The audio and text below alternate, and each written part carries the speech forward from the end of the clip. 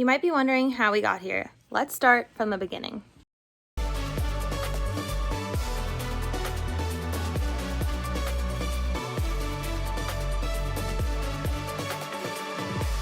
As you can see, we're not in the van.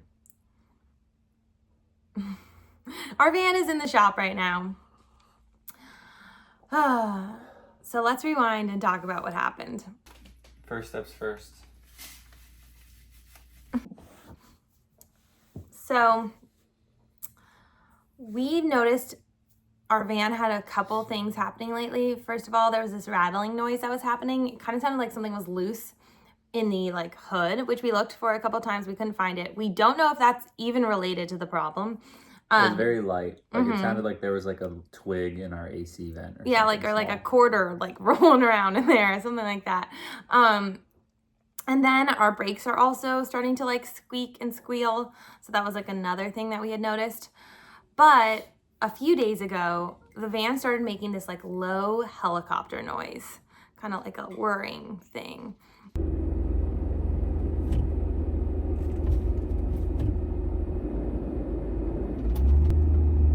We both were like, it's not a huge deal. It doesn't sound that bad. We'll definitely need to see a mechanic, but we're going to Canada. Let's go to Canada. And then when we get back, we'll have an appointment. We'll make an appointment ahead of time so that when we get back to the US, we'll have a mechanic appointment. Yeah, the van was running fine. Yeah. The only thing was a little bit of a rattle. So no performance changes in the van, nothing seemingly wrong, just a little bit of an annoying rattle. Yeah. So then, though, on Saturday, we drove 3 hours from Oregon back up to Washington. And towards the end of the drive, or in the second part of the drive, the van started making very loud rumbling noises, to the point where you could hear it outside of the van.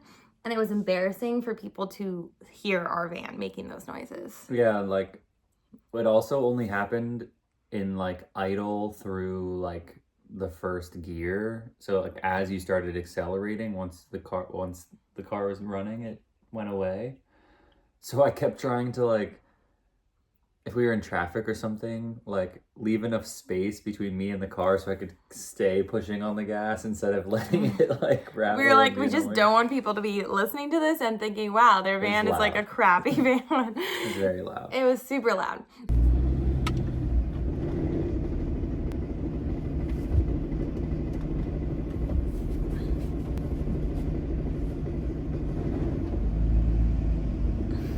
Saturday, and then it was Sunday. That was Saturday night. We wake up Sunday morning. We're we need to deal with this. It got louder and it was embarrassing. And we were are we going to break down? But it was Sunday, so most of the mechanics were closed and we were all the way in Mount Rainier. So we decided to just make the best of it and go on a hike for sunset, which I don't regret at all. It was gorgeous. And we made it afterwards. After we drove 2 hours to Tacoma area, to a mechanic that had really good reviews, even though we hadn't made an appointment or anything. Yeah, and we also chose them because they had a couple different offices. So we figured I don't know if you've ever had car issues, but if you go to a mechanic on a Monday morning after a long weekend, especially a holiday weekend, to try to get a walk-in, it's pretty impossible usually. They're full and booked. So we thought maybe if we went to a place that had another shop, they might be able to fit us into either of them. Yeah. And I think this guy, so we walked in and we called and we told him our problem. And he was we're slammed. We really don't have time, but we can look over it at 8 a.m. And I told him we lived in a van. Yeah. We live in our van. And so I think he felt a little bad for us for not knowing what was going on. So he said, basically his words were, I'll try to get you in for at least a diagnosis so that you can plan your life. Yeah. And they couldn't diagnose it in that quick minute. He's okay, we'll try and get you guys in for a mechanic to look at it deeper and to find out what the problem is. So we hung out in the van in the parking lot. And then another mechanic looked at the van and found a cracked flex plate. So you want to explain what that is? Okay, so a cracked flex plate is something that's connected to your transmission. I don't know exactly what it does, but I do know that it is bad and it could lead to a really, like, you could break your transmission due to it, and it can affect the engine. So it is something that you have to get fixed. It's not something you can just let slide. If it really broke, it Yeah. would like really mess up our engine. Yeah, and we'd be So like we're probably lucky that stranded we- somewhere. We're lucky that we looked at it now instead of trying to go into Canada first. Yeah, like thank goodness we were like, we're just gonna get this done. They're really great. They ordered the part. He said like latest that we should have our van back is Thursday. It's Monday right now, which I feel really good about because many mechanics like we've had so many friends who've had various issues that have taken them like weeks or months even to get fixed. So the good news is they're taking care of it. He feels really bad because he knows we live in it. I feel like that did help a little bit. First of all, he was willing to see us. And second of all, they were like, we got to get this done because these two are homeless now. So we're at this Airbnb. We've been with people nonstop for a month. And we do have some people in the area that we could have asked to stay with them. But Dylan's best friend is out of town who lives in Seattle. And that would have been like our number one choice, obviously. And then we have my sister-in-law's family who is so sweet to have let us stay with them before, but they're way up north and we're currently way down south. So we just figured we'd get an Airbnb that's close to the mechanic in case it gets done early and get some good work done, get some rest in because we very rarely rest, and just kind of decompress.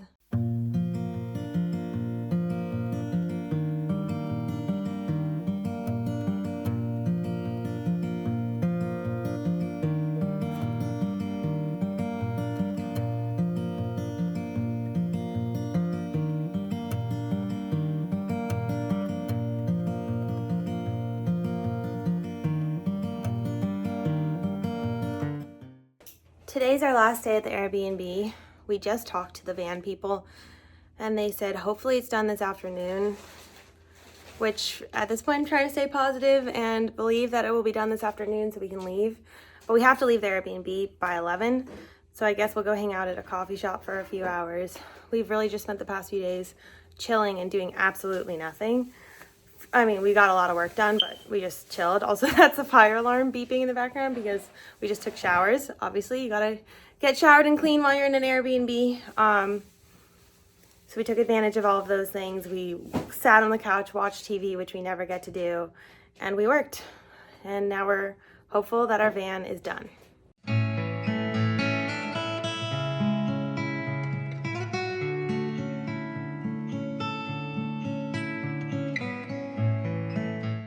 Yeah, we got our van today, like they said we would.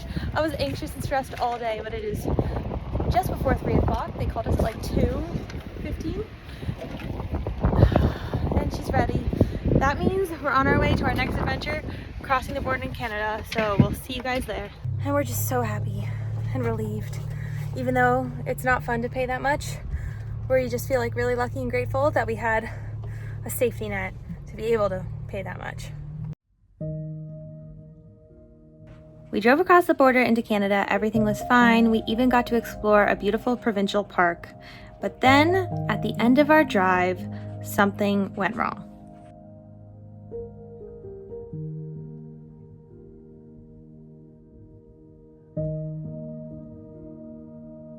Hello, friends. Ooh, it's steamy in here. The Ram ProMaster Chronicles. Okay. We've joined the club.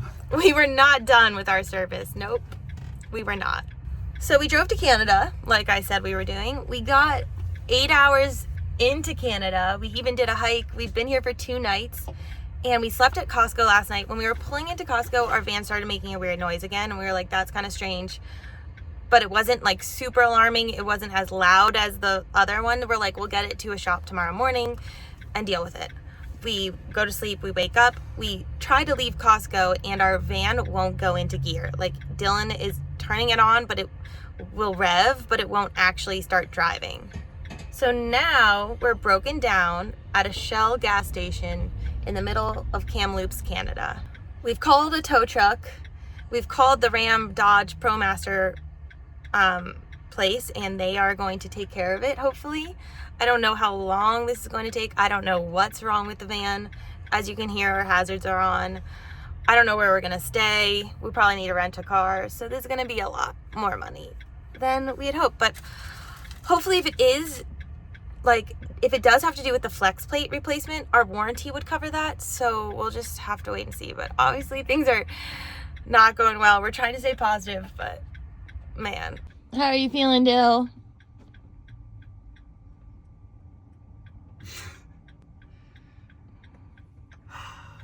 You know, wishing this wasn't happening. Okay, State Farm, honestly, didn't do much for us. They said they were looking for tows. I found one on my own because they said they couldn't find any that were in network. So maybe this one's out of network, but then we have to submit a claim. We just need to get towed. We are only 15 minutes away from the dealership. So I found one. They're coming. They should be here in like 20 minutes or so. And we're gonna get to the dealership and then find out what our next steps are.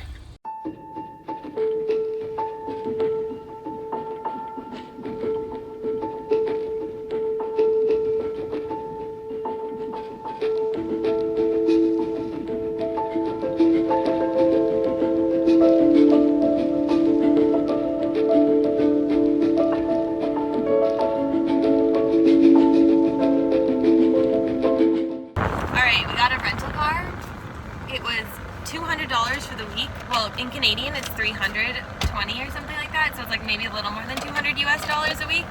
That's really cheap. We got it with the Ram. They have a partnership with Budget, so they use their rates to get us this lower rate.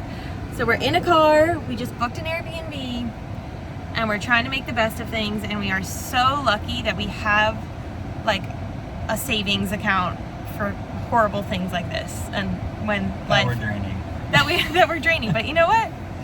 That's what it's for. It's for emergencies. We're not stuck. We're in a town. We're in a city. It could have been a lot worse. Bye, Benny. I hate to do this, but we're still figuring out our breakdown situation. So make sure to stay tuned for the next part where we figure out if the van's fixed and what we're gonna do.